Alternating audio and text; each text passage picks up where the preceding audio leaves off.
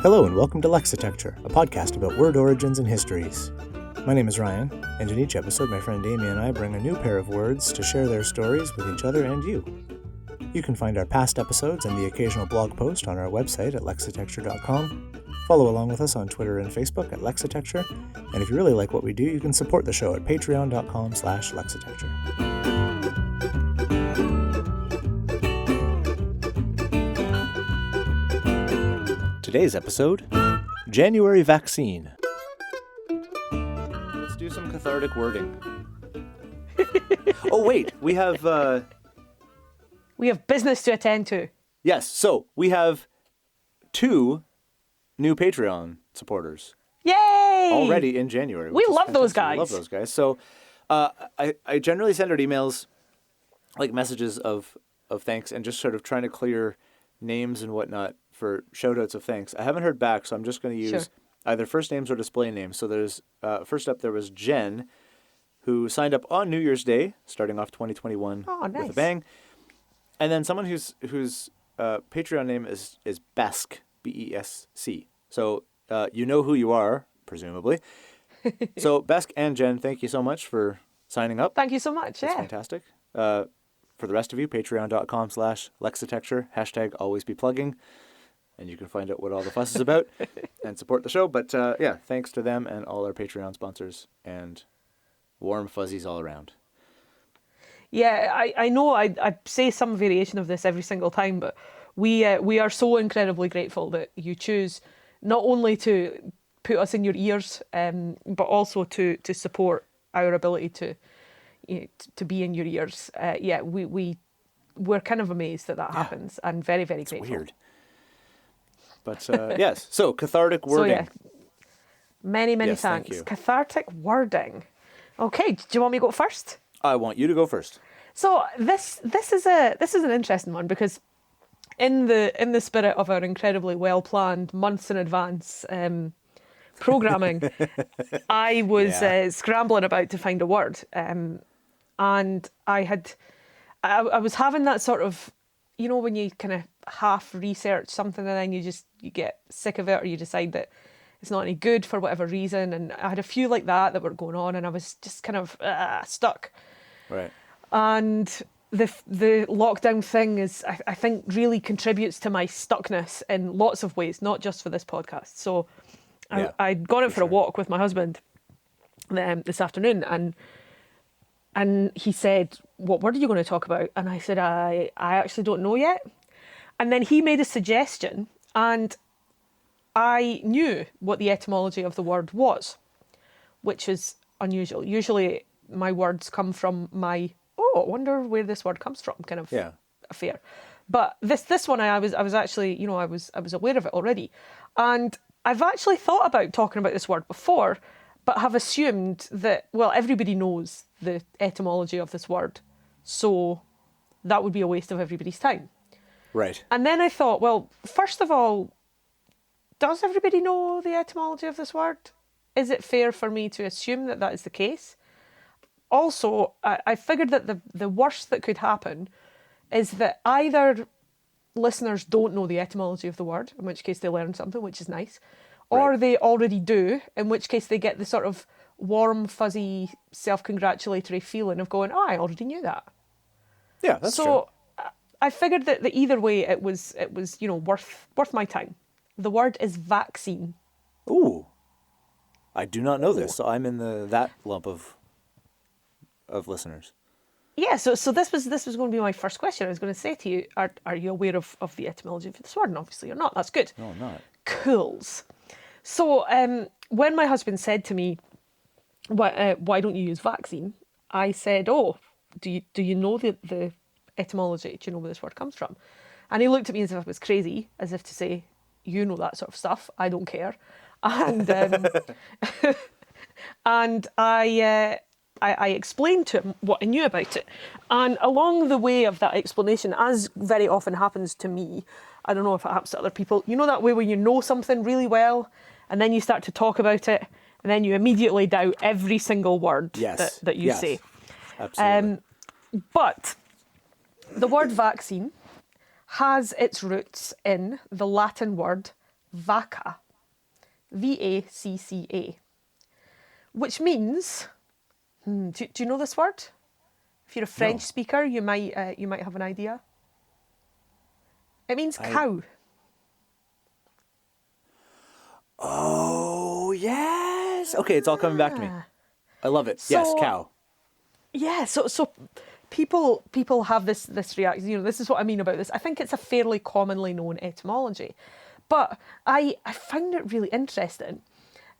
Firstly, because there are people who don't know that, and they make that noise when they do, because what people tend to know about vaccination, the sort of QI guide to it, if you like, klaxons at the ready, is that British doctor Edward Jenner invented vaccination by noticing that milkmaids didn't get smallpox.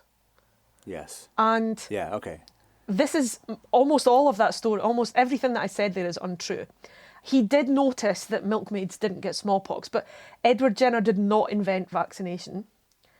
He was not even the first person to have thought about vaccination for smallpox, but as is often the case with science, you know, I found a really interesting scientific paper called Edward Jenner and the History of Smallpox and Vaccination, which starts off with a quotation from Francis Galton, the notable scientist, that says, "In science, credit goes to the man who convinces the world, not the man to whom the idea first occurs."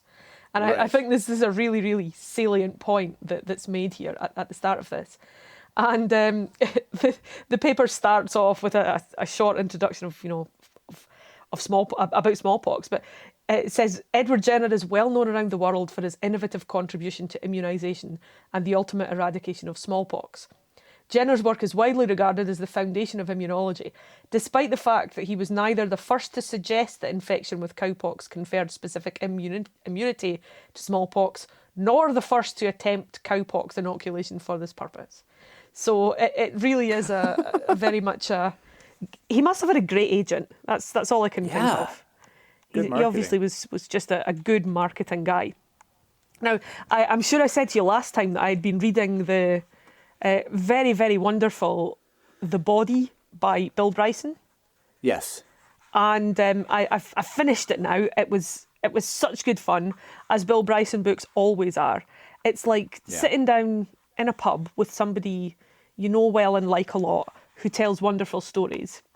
That's kind of my take on Bill Bryson books. And he writes about Jenner, and here I am riffling to find the page. It's interesting to consider a disease like smallpox when you're in the midst of a global pandemic, because smallpox...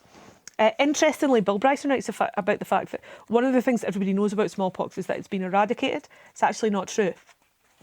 So here's what Bryson has to say about this. I hope he doesn't listen and sue. I'd really love it if he listened, but I'm just going to read a small excerpt from his book. Okay. Smallpox is almost certainly the most devastating disease in the history of mankind. It infected nearly everyone who was exposed to it and killed about 30% of its victims. The death toll in the 20th century alone is thought to have been around 500 million.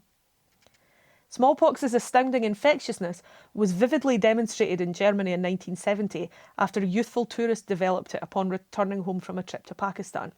He was placed in hospital quarantine, but opened his window one day to sneak a cigarette. This, it has been reported, was enough to infect 17 others, some 2 floors away. Jeez. Yeah, it's pretty horrific, and the notion that it's gone, that it's been eradicated, is, I mean, it's been eradicated in the sense that it no longer spreads through the population. It's no longer out there. But there are 2 stocks of smallpox that remain in the world. Again, this is from Bill Bryson's book.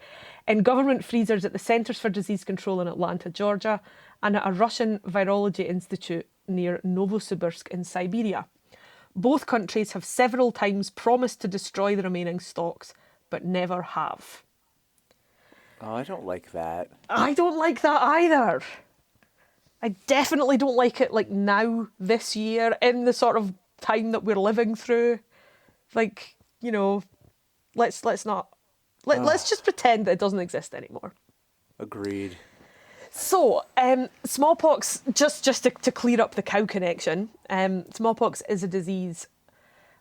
Variola is the variation, and variola is the Latin name for smallpox. And Jenner noticed, let's go back to Jenner, even though we know he wasn't the first person to do it, but basically he realised that giving someone a mild case of cowpox, a disease that milkmaids often got from their exposure to cattle, meant that you were immune to smallpox. Right. And smallpox was, I mean, it was incredibly deadly. It also horribly scarred people who survived. And it was, you know, it was rife. In fact, it was so very infectious, it infected everybody.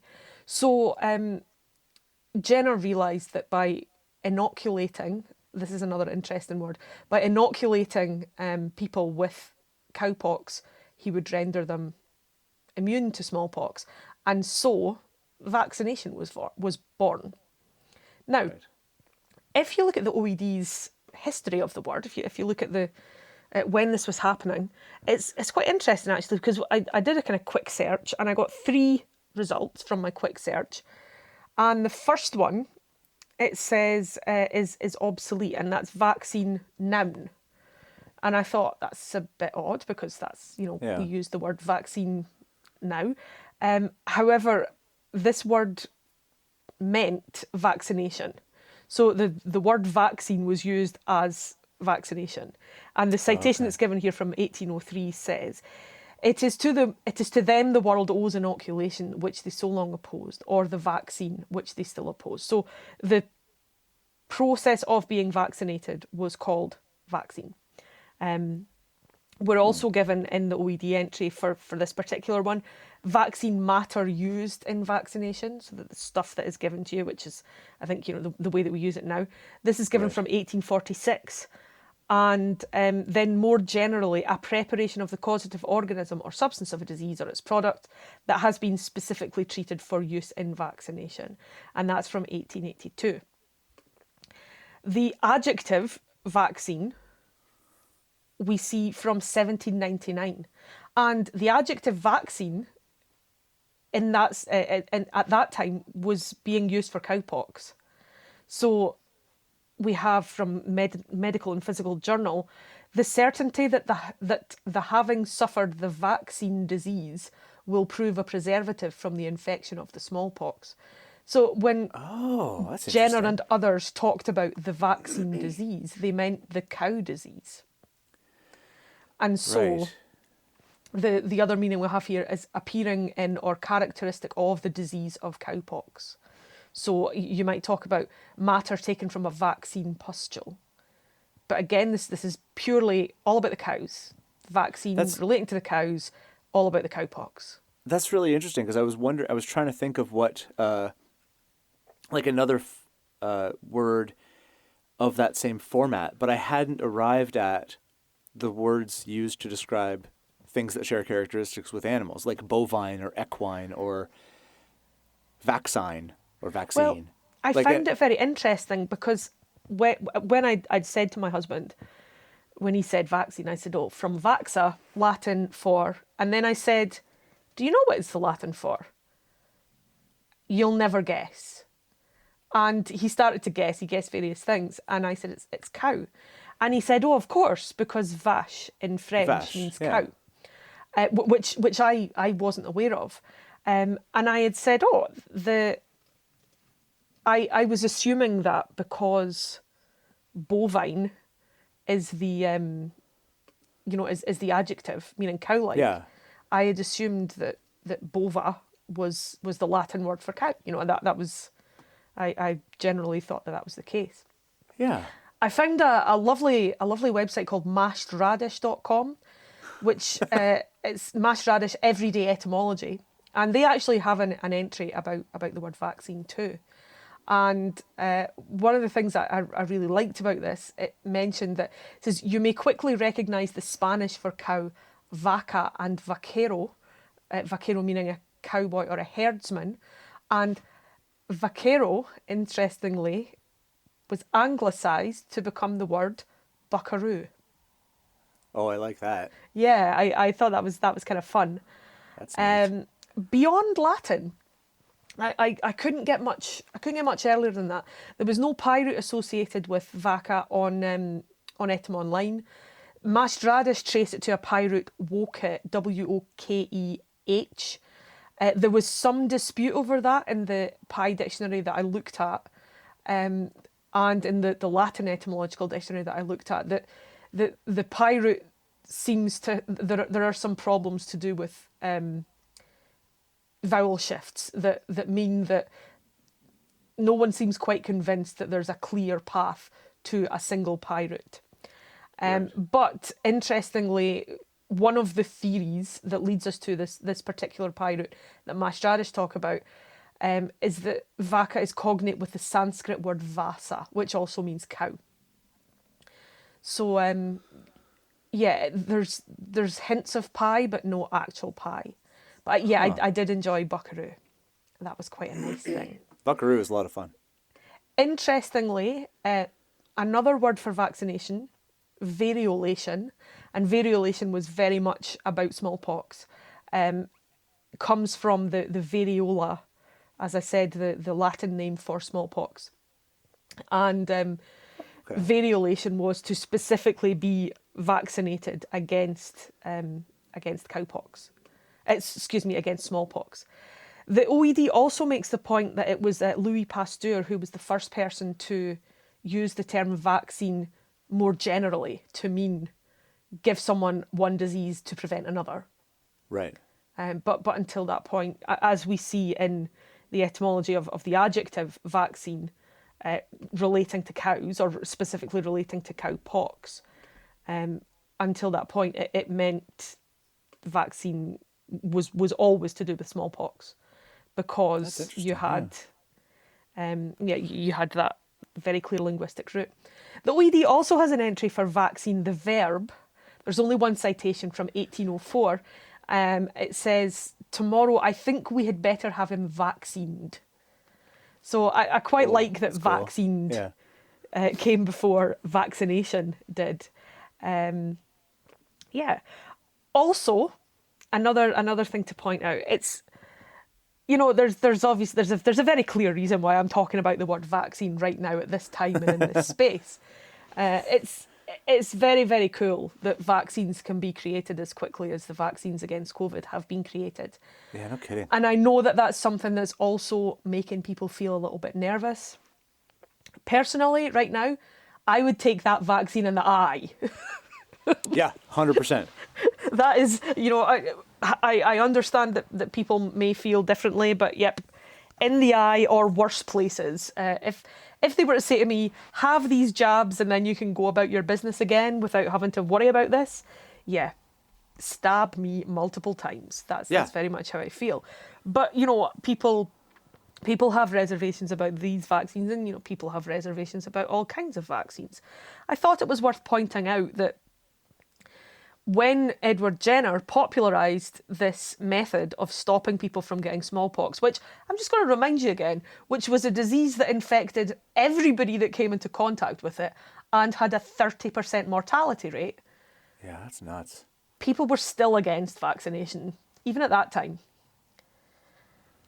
So, yeah, anti-vaxxing actually has a long and varied, excuse the pun, a long and varied history, starting with Jenner. There were people saying, you can't give us this, we won't take it. And public health vaccination programs take that into account.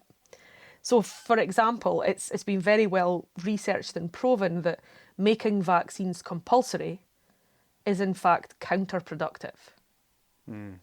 So if right now the British government were to say we have 1 billion stocks of this vaccine, which is certainly not the case, but if they were saying we have enough for everybody to have it and we have the capacity to give everybody it in the next week, and so we've decided that you all have to come and get a vaccine, this would actually lead to fewer people being vaccinated than if you offer it freely. Right.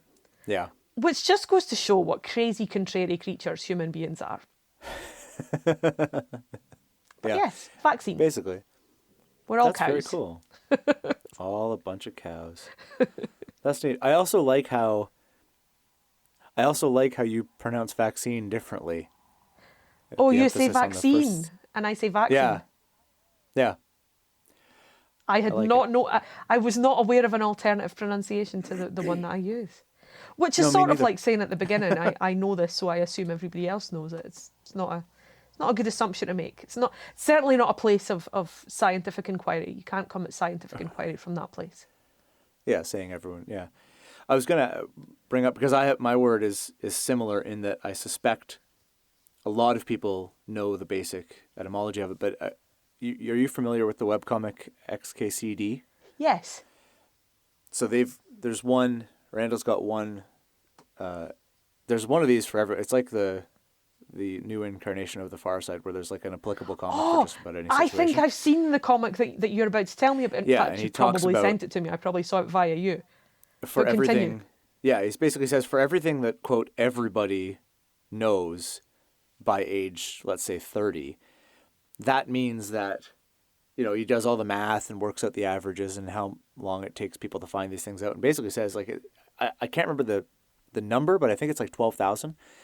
But he's like, for everything that quote everybody knows by age 30 or 35, there's probably like 12,000 people a day learning that thing for the first time. Yeah, that's super cool. I love that. And so he in the comic, one stick figure runs into another stick figure who doesn't, and instead of being like, you don't know this, everyone knows this, he's like, yes, you're part of today's 12,000 or whatever the number is. And so yeah, that just made me think of that. It also made me feel better that you have a word that you suspect lots of people know, because that's my word as well. I should also point out, just in the spirit of people being terrible, I Nice. I'm going to do a little bit of, it's not fair to call this Canadian bashing, because he was super duper British and Commander in Chief of the British Army. But when I was reading about smallpox, I read about Jeffrey Amherst. As a Canadian, do you know anything about Jeffrey Amherst? I don't believe I've ever heard that name before. So this is interesting. So this just comes from the Wikipedia entry for Jeffrey Amherst, 1st Baron Amherst, and I saw his name in that paper that I mentioned earlier, looking at the history of gender and smallpox vaccination. But Right. he's most noted. So Wikipedia states that he was an officer and commander-in-chief of the forces in the British Army, best known as the architect of Britain's successful campaign to conquer the territory of New France during the 7 Years' War. Under his Right. command, the British forces captured the cities of Louisbourg, Quebec City and Montreal, as well as several major fortresses. He was also the first British Governor-General in the territories that eventually became Canada. Numerous places and streets are named for him in both Canada and the United States. This has gotten to be somewhat problematic, however, because you know how sometimes things get named after people who were massive dickwads? Yeah. Yeah. Often, in fact. What's that all about? I saw, as I was walking past the local newsagents today, I saw a headline, headline poster saying that Stars have called for a statue of Billy Connolly to be erected. And I joked to my husband, just before we do that, can we just double check, has Billy Connolly ever been a slave owner? I feel like that's the sort of thing that we should know first. There should be a checklist. Yeah. It's going to cause a whole lot less trouble later on. Like further down the line, this could be problematic. But Yeah. here is Amherst's legacy. It's controversial, as Wikipedia says, due to his expressed desire to exterminate the race of Indigenous people during Pontiac's War, and his advocacy of biological warfare in the form of gifting blankets infected with smallpox as a weapon, notably at the he was siege that of guy. Fort Pitt.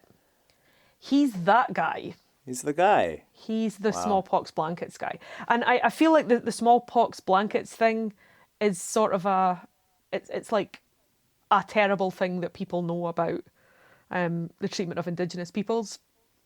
But this is the specific, it's the first time that the first known use of, or certainly recorded use of biological warfare. And it was smallpox that was used. So it's interesting because it states, in 2019, the city of Montreal removed his name from a street in the city renaming it Rue Atatiken from the Mohawk language.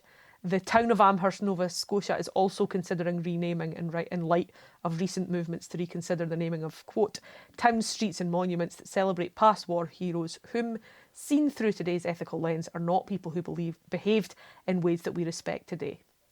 So, I mean, there's Amhersts all over North America. Yeah. The town in Massachusetts with the university, for example. Yeah. But yeah, he's that guy. So... Jeez. Yeah. Hooray. Turns out smallpox isn't that fun. Thank God for Who the knew? cows and vaccination. Yes, thank you, cows. You have given us so much. So delicious much. Yeah. Wow. That sucks. Stupid Amherst. Also, Amherst just makes me literally the only thing. This is my knowledge of history. Also, Canadians are really good at specifically and pointedly and stubbornly ignoring those bits of our history where they would weaken our position of feigned superiority over the Americans for their racial problems. So it's not surprising that I don't know about Amherst, and that the only connection to Amherst that my brain made was the line that Mr. Butlertron says in Clone High, where he goes, "He's been that way since Amherst." And and again, see, it's nice when these lines keep getting retrodden, because here's Amy with an important historical fact about a pivotal moment in North American history, and then here's me going, "Hey, that's that line from Clone High." Listen, man, I don't care where people get their knowledge and their history from. You know, it's true. Most people know classical music from Looney Tunes, at least in our generation. Exactly. So, which is as good a place as any, or better. I feel this. You know, I have strong feelings about this kind of notion when it comes to reading, because, you know, I'm obviously I'm a person who loves to read. I'm an English teacher. I have a degree in English. I teach children to hopefully enjoy reading books, but people get so caught up in not reading the right things, or guilty pleasures of reading, or oh, I read but only this kind of book. It's like, who gives a damn? Reading's amazing. So do it the way that you enjoy doing it. Somebody else telling you that you're only a reader if you read X, Y, or Z, quite frankly, can fuck off. Yeah. So, basically. yeah, learning's learning, and enjoying words is enjoying words. Nobody else gets to tell us how we do that. It's true. So there. Yeah. Yeah.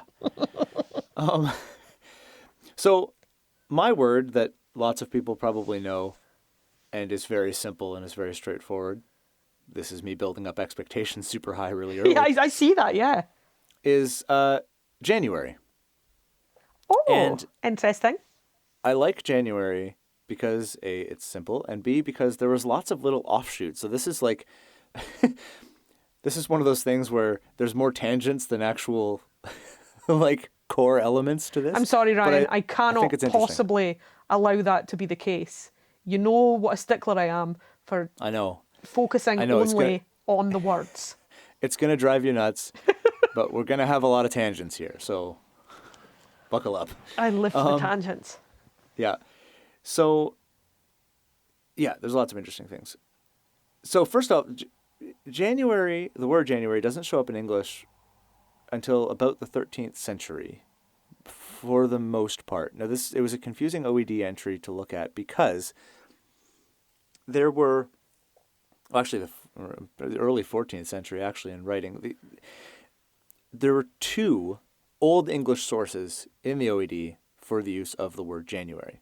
Oh, okay. But weirdly, it was two Old English sources, and then it was the 13 and 1400s, and nothing in between. Right, okay. Which always makes me kind of go, wait, hang on. And so normally at that point, what I would do is then try to look up what those sources were and see if I could dig them up and read to find out something. Because they were both sources where it's like an Old English text is being cited in an early 20th century book. Right, okay. And it's in that context that the word January shows up. And so my first thought is, were the editors of the 1929 book that I'm actually looking at, like, were they just substituting the names of the months to make things a little more sort of in sync with their readers? Or, so I'm not sure what that is, because my first thought is, well, January is from the like Latin and different calendar, and would they have used it in Old English and this, that, and the other thing? Yeah. So I wasn't sure. It didn't help that the original sources were both in German, so when I did find them, I couldn't read them anyway. Yeah. I got that word, though.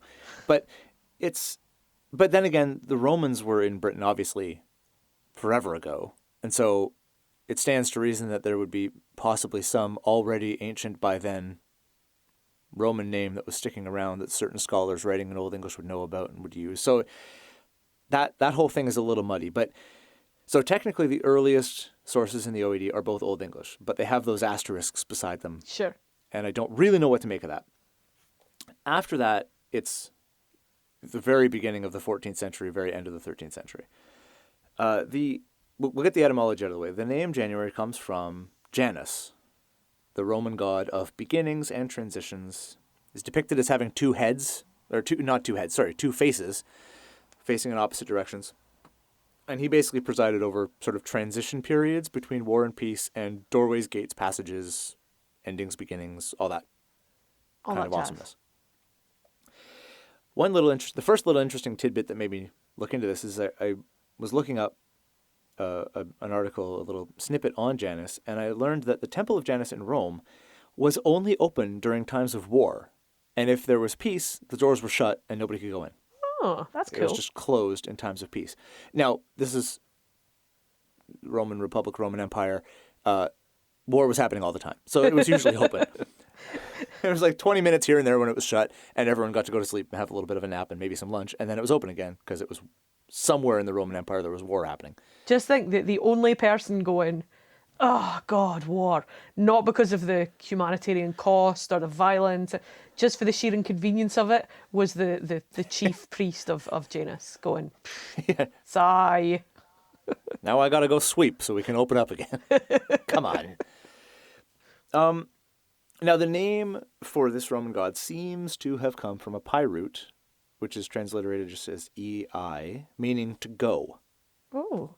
And gives us a whole list from the American Heritage Dictionary of cognates, including words like ambient, circuit, coitus, exit, issue, obituary, parish, sedition, transit, commence, initial, count, and constable. My goodness, what a very disparate list. It is a very disparate list. Yeah, and so, and I mean, part of it is because just the simplicity of the root, both sure. in like sort of spelling wise and meaning wise, it just means to go. So anything that has anything to do with going will probably trace back to this root at some point. It's pretty ubiquitous. Yeah, but this kind of makes sense. The god of beginnings and transitions. Yes, first month of the year, there's natural transition point. That all makes a certain amount of sense. This is funny because earlier on today, on the same walk with my husband, we passed a sign outside a supermarket that was encouraging people to have a meat-free January. You know, this is a thing. People call it veganuary or whatever. And in the case of the supermarket, they have, you know, they're marketing plant-based foods and ready meals and packaged things and whatever, you know, as they do. Right. And I said, I don't get it. I mean, all these like dry January and meat-free January and, you know, people depriving themselves of things for a month. Of all the months to do it in, why would you do it in January? It is objectively the shittiest month of the year. Yeah, it's not great. I mean, I feel like February, I feel like I hate February more, but they're kind of lumped in, which is interesting because that brings me to this next thing, which is another thing that I feel like lots of people know, but maybe it's just because I'm a huge nerd. But this is that whole thing where why are the last 4 months of our calendar named wrong? Yes. I'm really glad that you're going to explain this because I feel like I've read this before or somebody's told me it before, but I never ever actually remember what the jam is. Yeah. So the idea is, for those who who don't know is that September, October, November, December are named for the Latin words for the 7th, 8th, 9th, and 10th month. So like octopus, nonagon, whatever those other things are, decathlon. So, but they are in fact the 9th, 10th, 11th, and 12th month, of course. So they're off by 2 months, which is weird. And it is because in the early days of the Roman calendar, and we're talking like, it's ambiguous because it's all very muddy when you get back this far, but several hundred years, like 600 years-ish BC, they just didn't bother with January and February. They didn't bother with the winter months. They're like, here are the months, and then there's that garbage time. Oh, I can totally get behind this. Everyone can get behind it, right? January and February, this long drudgery, everything's stupid and miserable. Fuck those guys, they're not even getting a name. Exactly. We don't care about that. You just sort of get through it, and then we get to the actual year starts. This sort of feels like a very, very appropriate thing given 2020. Yeah.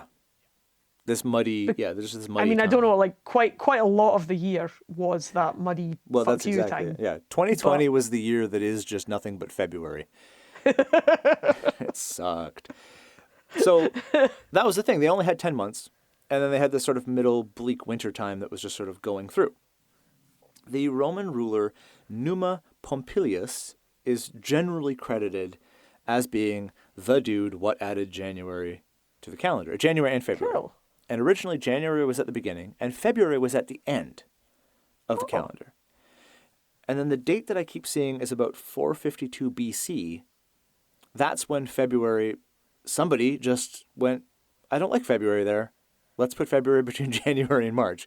Because that's the kind of thing that people could do in the past, is just decide this is hilarious. That I don't like this month here. It's not there anymore. February now lives just after January. We've moved it. Yeah, sorry. surprise. Deal with it. Exactly. Have you ever seen the wonderful, wonderful photographs from, I think it's Ghana, where probably while Ghana was still under British colonial rule, although I might be mistaken about that, where the decision was taken to change the side of the road that everybody drove on. But there wasn't really much of a public information campaign about it. So basically some people got the memo and some people didn't. Yeah. I've seen a photo like that from Stockholm. And the government were like, okay, it's Tuesday. Tuesday's the day. Everybody has to drive on the other side of the road. And so the people who had heard that announcement were like, cool. And all the other people were like, what? So what is there happening are some right now? incredible photographs of you can imagine the sort of chaos that ensued, but my God, it was chaotic. And this is the sort of thing I think about. Like somebody says, right, February is no longer at the end of the year. We're going to put it second. Like, who let everybody know about this? Did people care? Was it a pain? Did calendar makers lose their minds? Yeah, especially in the mid-5th century BC. Like, what was going on? Oh, I'm so glad it's March. No, it's not March yet. It's February. What? February's not for another 10 months. No, didn't you hear? It's now February. February is now. March is later now. I hate the past. Everything sucks. So that was the kind of thing. This is also the kind of thing that I think is contributing to the fact that the longer I do this, the less prescriptivist I get, because you know what? Who cares? Let's just move February. Why not? Everything's made up and the points don't matter. You can't go getting snitty over apostrophes when some guy just went, that whole month at the end of the year? Fuck it, let's move it. Let's just put it after January. Yeah, so it's like 452 is when January, February sort of settled in their place in the calendar. That's hilarious. Now, I know how much you hate sidebars, so if you want to pass on the little sidebar rabbit hole that I dove down to look up what the Germanic calendar was like before everyone kind of adopted the Julian calendar, we can skip it or we can just dive in. Sorry. So what you're basically saying to me is, let's ignore the Vikings for a minute. It's never a good idea. Right, okay. You're losing your mind. So tell me about the Vikings. So the Germanic peoples obviously used a different calendar from the Romans because that's how things worked before everyone decided that everyone in the world has to be the same. And so I'm taking this, I should say I'm pulling this, there's a couple different sources for this, but the primary one was a 2015 Mental Floss article by the incomparable Paul Anthony Jones, who is also Haggard Hawks on Twitter, which I'm sure everyone listening to the sound of my voice right now already follows on Twitter. But if not, you should. Yeah. If not, you absolutely should. It's a great site. And this is called The Month by Month Guide to the Anglo-Saxon Calendar. I'll have a link in the show notes and everything else. But anyway, so I looked this up because this got me thinking about because they're so fluid, right? Let's put February here. Let's not have January, February at all. Calendars and everything else was a lot more fluid in ye olden times. And so I was like, well, what are the Germans, what would have been the sort of native calendar of the Anglo-Saxons in England pre-Julian calendar? And here's what I found out, is that good old Bede is where this is all coming from. He's basically the only source for what the Germanic sort of timekeeping, because he decided to write a book on it in, like, I think it's 725. Bede really was a dude, wasn't he? He super was. And so he did this whole breakdown, and there's a bunch of others. If you should really dive down this rabbit hole, everybody, because there's some cool stuff. Like the fact that the Old English word for fall is just hervest. Like, it's just harvest. Nice. That's what autumn was, and it's cool. So the name for the month that corresponds with January was basically just after Yule, or just after Christmas, was what the month was called. Efter Geola, maybe? I don't know. February. You had a valiant effort, Ryan. I thought so. I'll consider it a February. If it was right, great, and if not, we'll move it. Yeah, well, exactly. February was Solmonath, which basically means, this is a really cool one, the month of mud cakes. And there seems to be some scholars are kind of like, okay, hold on, because it's from the Old English word for mud, but it has something to do with cakes, and nobody's really sure whether Bede just screwed it up. And some people are like, no, this can't, Bede must have just got this wrong. And other people are like, maybe the cakes were just crap, and they reminded people of mud, because they were gritty and gross, and maybe they are literally just the month of mud cakes. But anyway. Or maybe people made cakes out of mud and like threw them at each other in some bizarre Viking festival. Yeah. So, I mean, I think ultimately the moral of this story is that February has always been garbage everywhere, because it's the month of mud cakes. So there's that. Well, I'm now thinking about Mississippi mud cake, which is definitely not crap. No, but you know what? I'm just going to go with it. I'm going to decide to retcon this and believe that the ancient Germanic tribes had access to chocolate and made delicious, delicious, delicious mud cakes. Delicious mud cakes. Yeah. March was Hrethmonath, which is named after a pagan fertility goddess, Hretha. April was interesting because it was Eostremonath, which is named after the pagan deity that people basically... Eostre. Eostre? Maybe? Estre? Anyways, thought to be the goddess of dawn and fertility, etc. Supposedly at a festival around the spring equinox, and a lot of people say that this is kind of... Easter. Yeah, one of the things that got sort of brought into the Christian tradition of Easter. This goddess is in American Gods. This is she's featured in American Gods. Now, interestingly, there is no other source anywhere for the existence of this deity other than Bede in this particular work, in this particular context. So that's weird. And so that, there's a lot of questions that come up. The OED, as Paul is citing it in this article, points out that it would be weird for Bede, who was writing in a Christendom context, to invent a pagan deity that he would then attribute part of the Easter tradition to. So that would be a bizarre thing for someone to do. Yeah. But just the fact is that there is literally this explanation for the month of April in the Germanic calendar is the only source for the existence of this pagan deity. It's really revealing of how little we know about the past, isn't it? It totally is. Yeah, 100%. You know, obviously someone interpreted Bede's remarks on this to say, all right, okay, well, this means this, and this, and Easter, and so on and so forth, and da-da-da-da-da. And that whole story has grown up around maybe could have been perhaps that Yeah. no one has any way to prove. Yeah. I was reading the other week that it was probably a Twitter thing, QI or one of those sorts of places. But it was the factoid was that there are no other contemporary reports that Marco Polo ever went to China. Yeah. And some people believe that he actually made it up based on reports of Persian travellers, Yeah. and that he never ever went there. There are no other records bar him saying, "Hey dudes, I went to China and this is what happened." Yeah. It's crazy how little there actually is. And even stuff like that everyone kind of, quote, everybody knows. Yeah, Like Roman we all history. accept is true. Like Roman history comes from, there's buildings. We knew the Romans were there. But you actually look at the sources, and there's like a handful of sources that have survived, and then there's other sources that are referencing older sources that haven't survived. But it's very piecemeal, like it's.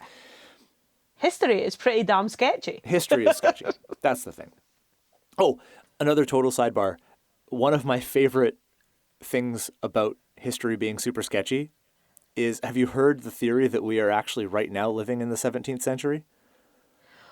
Oh, now this vaguely rings a bell, but I don't recall how this has come about. So the idea of this, and anyway, I don't need to preface this with anything. The idea is that at some point in the, quote, Middle Ages or Dark Ages, there was basically someone made a typo, and everyone just started thinking that they were then, like, the historical record got fudged, and someone missed a couple hundred years because there was like an important dating document or something like that was just dated wrong, and someone put a 9 instead of a 7, and we leapt ahead 200 years, but didn't. So this explains the existence of the Dark Ages.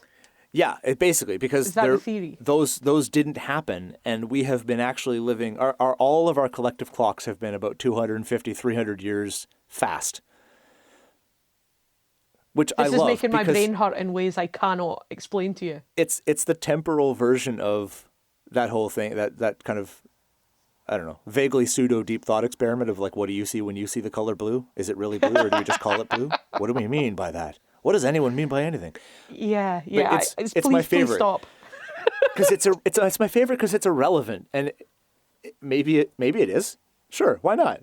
There's Who no way cares? to prove it, and it solves nothing and contributes nothing. But it's also super interesting to think about. Yeah, it's awesome.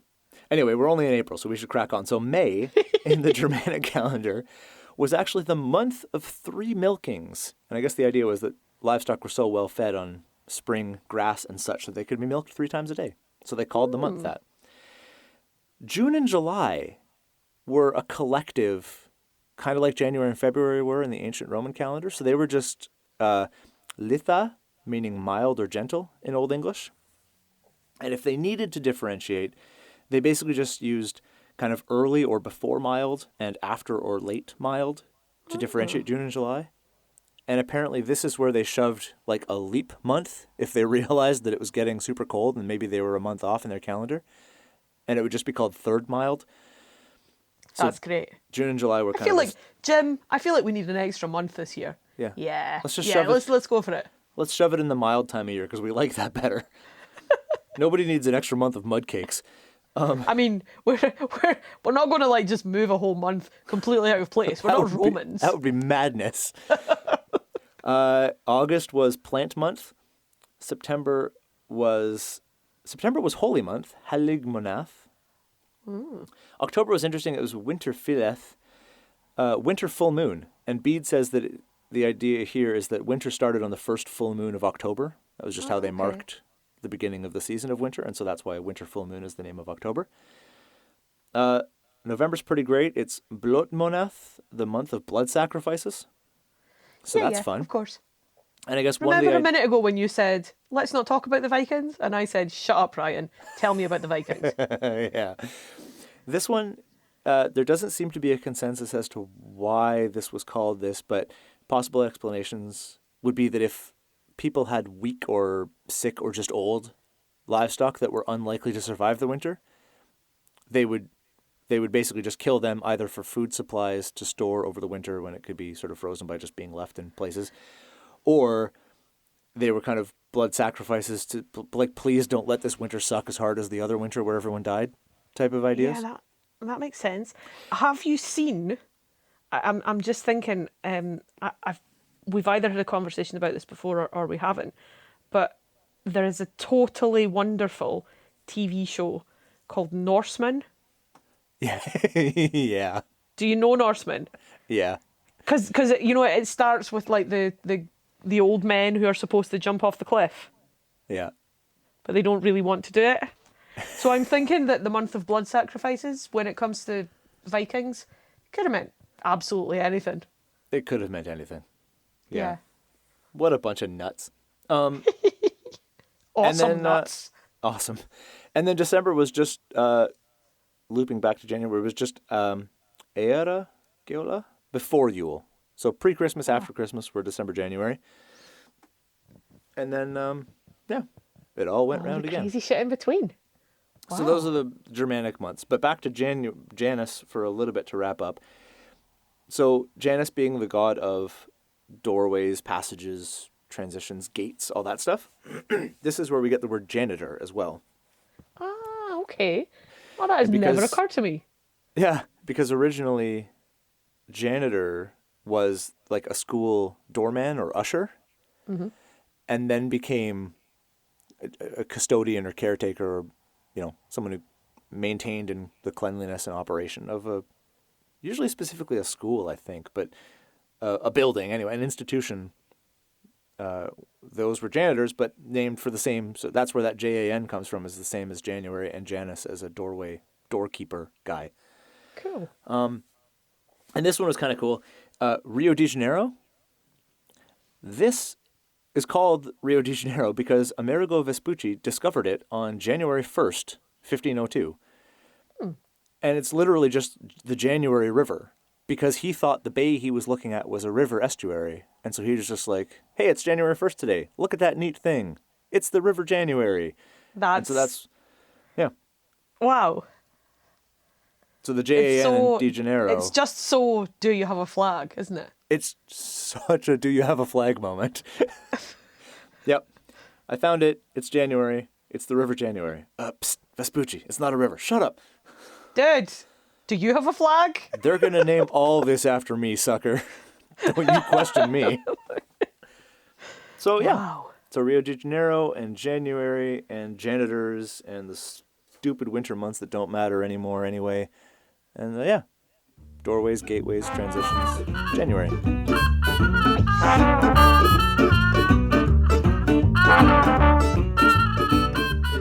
And that's it for another episode of Lexitecture.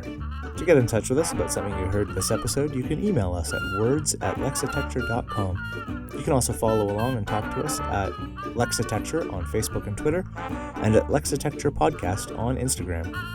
For back episodes and the occasional blog post, visit us at Lexitecture.com. Thanks very much, and we'll talk to you again soon.